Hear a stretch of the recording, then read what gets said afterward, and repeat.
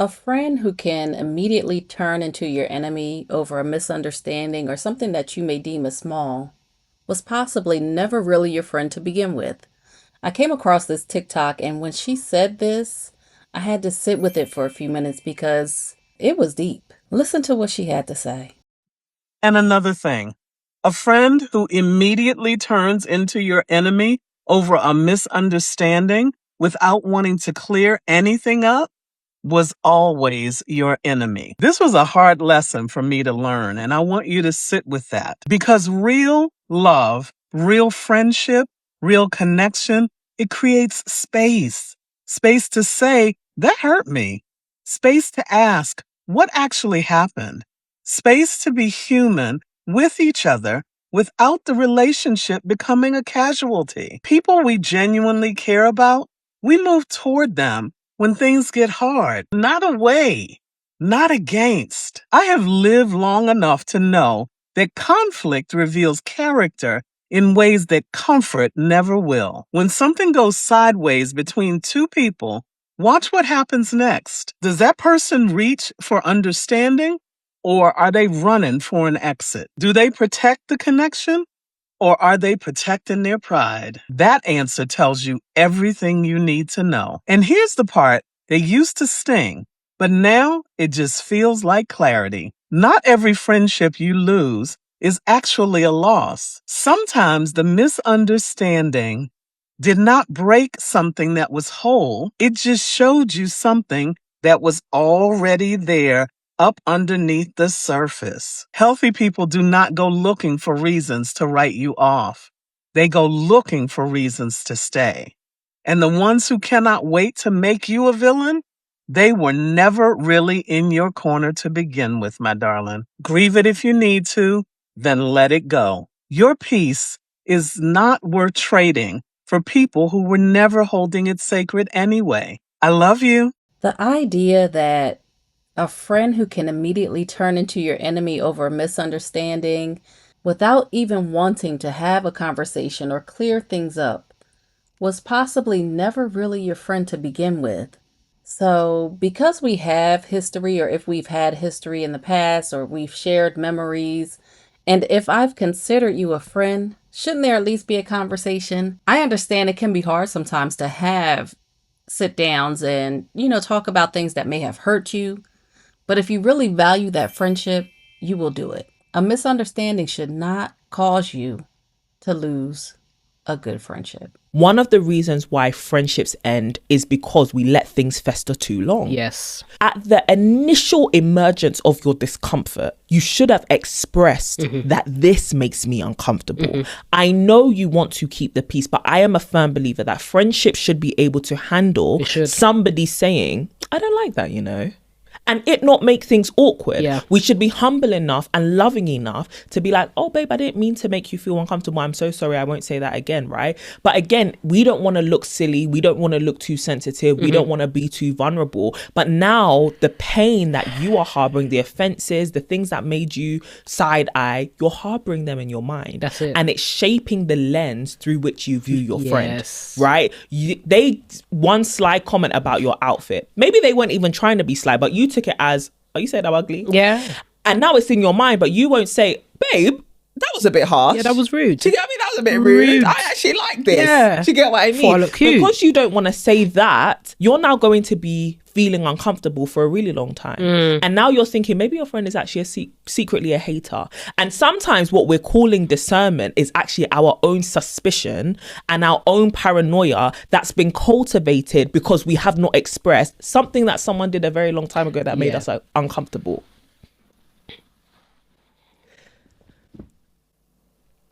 You're just suspicious. And if we had just addressed it in that moment, we would have gotten to the bottom of it. Yeah. Things would have been a bit different. But now because we didn't, the person is continuing in their bad behavior. Yes. And it's clouding the entire relationship. But you should have just let them know from the jump. 100%. And I know sometimes we don't always have the language initially, but I think just being able to say like, kind of hurt me a little bit, One thing I've been realizing when it comes to friendships is that sometimes you have to be willing to have the hard conversation, right? And I think a lot of friendships end not necessarily because the friendship couldn't have been saved, but because we let too much build up without ever saying anything. And I saw this TikTok and it just resonated with me. We'll be upset, we'll notice something, we'll feel hurt, we'll replay what happened over and over again. And unbeknownst to the person, really, like they're not thinking about it. They've probably moved on, but you're just sitting there festering in it. So instead of addressing it, we tell ourselves maybe it'll get better, or maybe it's not that serious. Maybe I'm wrong. And before you know it, something small has turned into resentment. And it doesn't have to always just be friendships. Like this can be relationships. You said something or they said something to you and you feel a certain type of way and you don't address it and you start looking at them crazy. Every cutoff don't need a conversation, and that's just how I feel. Yes, people do be knowing what they doing, right? Like that's one reason you don't have to have a conversation because people know what they be doing. Also, sometimes people don't know what they be doing, and that's the problem. The fact that I have to teach you that that was wrong or weird is the problem itself. Therefore, we don't need to have a conversation because as women, right? Let's talk about friendships amongst women. As women, we are always talking about not wanting to raise a man or coach a man to be your man, right? I don't want to coach a grown woman either. I don't want to have to spoon feed you girl code. You should know it. You should know it. Now, some things I'm okay with teaching you. Some things I'm okay with being like, all right, sis, I ain't like that. That was a bit weird. You feel me? Whatever. Because you do have to get to know people, right? You have to get to know what my expectations are, my standards, my boundaries, so on and so forth, right? Like, just like I have to get to know you and what you like and what you don't like. But some stuff, I feel like it should be unspoken. And if it's not, that itself is the problem. It's not even a matter of, oh, she knew what she was doing, because she may not have known what she was doing. But the fact that you didn't know that that was wrong is the problem. Now, hold on. After this one, but I still think we have to be honest because sometimes you do have the conversation, right? Sometimes you extend the grace, sometimes you explain how you feel, and the behavior continues. And that's when you have to start asking yourself some difficult questions. Was this a mistake? You know what? I feel like I hate repeating myself. I say this often. I know I got the children and I have to repeat myself, but I hate repeating myself. And if you're a grown person and we have been friends for a while and I tell you something and you keep doing it, I can't. I just can't. I can't even ask the questions like, was this a mistake or is this a pattern? Because by this time I done told you. Because when the same behavior keeps happening over and over again, eventually you're going to start questioning that person's motives. Like, what's up with them? You start asking yourself, do they really care about this friendship the way I do? Is something wrong with them? And sometimes, as painful as it is, you have to accept that not every friendship is meant to continue. Extending grace does not mean giving someone unlimited access to you. Oh, sometimes you got to cut it off. Cut that access off, especially when it's bothering you. You got to cut it off. Forgiveness does not mean you have to keep putting yourself in that same situation. And having a hard conversation doesn't always save the friendship. Sometimes you can't come back from it.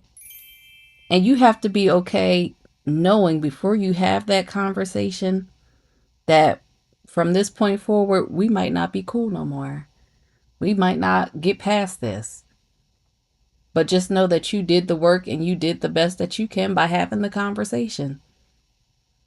It is what it is, as I always say. Sometimes the conversation just simply gives you clarity of where to go next, what to do next. And you go from there. I talked about reciprocal relationships before and one-sided friendships. Take a look at the previous two videos. Some of the comments there are really why I'm making this third video, because this addresses some of those concerns. I think the goal should be to address things before they become too big. Have the uncomfortable conversation. Give people the opportunity to understand you, but also pay attention to their patterns. Like I said before, there are always signs. There are always signs before something happens. Always. It's about whether we choose to look at them or ignore them. But once you see the signs, what's that saying? When someone tells you who they are, believe them. Once you see the signs, believe the signs. Don't ignore them. It could take you down a terrible path if you do ignore them. We've seen too many stories about friendships gone wrong because healthy friendships require grace, but they also require honesty. Oh, I was watching something today and this guy kept talking about accountability, accountability. So not only do you apologize for certain things that you're doing, you have to hold yourself accountable for those things and give that person mutual respect. Again, reciprocate. Do the things that you want people to do to you and get that back, vice versa. Like don't let it be one-sided. And sometimes the hardest conversation you have isn't with your friend.